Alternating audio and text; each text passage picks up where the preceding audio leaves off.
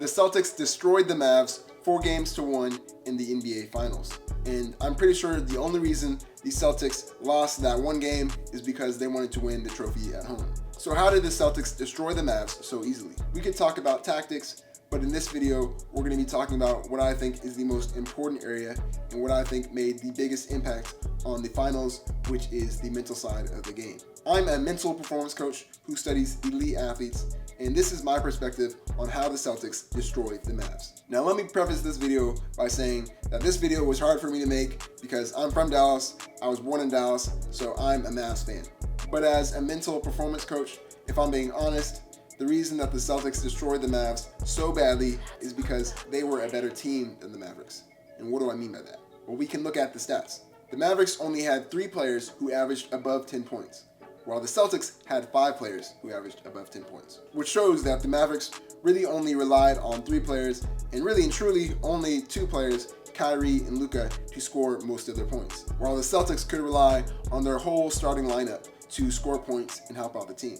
Even with minutes, the Celtics had 5 players playing above 30 minutes, showing that they had a well-rounded team and consistent players, while the Mavs only had 3 players playing above 30 minutes, showing that they only really relied on 3 consistent players. Now, once you look at the stats, it's clear to see that the Mavericks got beat because they really only relied on 2 star players, while the Celtics had a full team of 5 players that they could rely on. And arguably, the Mavericks did have the bigger and better star players. Luka and Kyrie are some of the best players in the league, while the Celtics weren't really a star-studded team. They had players like Jason Tatum and Jaylen Brown, but I think those 2 players still aren't quite at the level of Luka and Kyrie. I mean, just in terms of being able to carry a team. But it didn't matter because the Celtics had a better, well-rounded team. And the saying is true, players win games, teams win championships. Relying only on a star player never works, or at least not on a consistent basis. And proof of that is how Michael Jordan lost 3 finals in a row to the same team.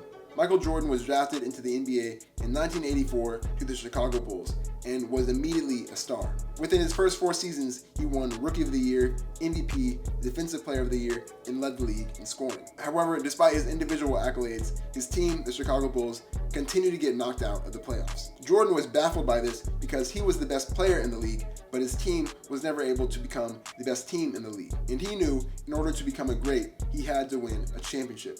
So he was aiming for a ring and kept giving his all, but he kept coming up short. Until one year, his coach, Phil Jackson, told Jordan that if he wanted his team to thrive, he couldn't always be the lead scorer. He had to trust his teammates to score. So the next year, Jordan tried the strategy. He started passing the ball more and allowing his teammates to score more than him in certain games. And it worked.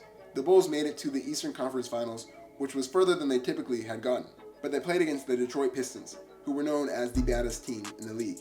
They fouled a lot, they were very aggressive, so when they played against the Bulls, their game plan was to shut Jordan down by fouling and putting pressure on him because they knew that most of the offense still went through Jordan.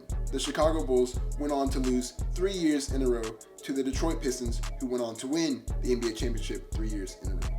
After that 3rd year, Jordan committed himself to becoming a better leader and pushing his teammates to increase and raise their level. That next season, Jordan won his 2nd MVP award. The Bulls beat the Pistons in a 4-game sweep to win the Eastern Conference Finals, and he led his team to win the 1991 NBA championship. Now you might say that this is different because Jordan had better teammates, and I might agree with you on that. The Mavs definitely need to improve in that, improve their personnel, and do some recruiting for next year. So this does not mean that I'm saying that Luka should have passed to his teammates more instead of scoring. But what I'm saying is, it was doomed from the start. I'm from Dallas and a Mavs fan, and even I was surprised when they made it to the finals. I mean, we haven't been good since Dirk left. So I was excited. They had a tough road, but somehow they made it to the finals. But even once they made it to the finals, I wanted to root for them because that's my city's team, but I had a tough time believing that they would actually win because they only relied on 2 star players, whereas the Celtics could rely on their entire team. One last thing is that some people might say that Luka and Kyrie choked, that they didn't play incredible in the finals. But it's hard to perform night in and night out, all the way up until the finals, and then perform lights out in the finals when the other team knows your game plan. All the Celtics had to do was put more pressure on Luka and Kyrie, shut them down, and that's their whole team. So I wouldn't say that they choked, I would just say that the Celtics ran a good defensive game plan. So that's my perspective on how the Celtics destroyed the Mavs. But why do you think they did? By the way, if you would be interested in mental and performance coaching so you can win a championship, click the link in the description to schedule a free consultation with me.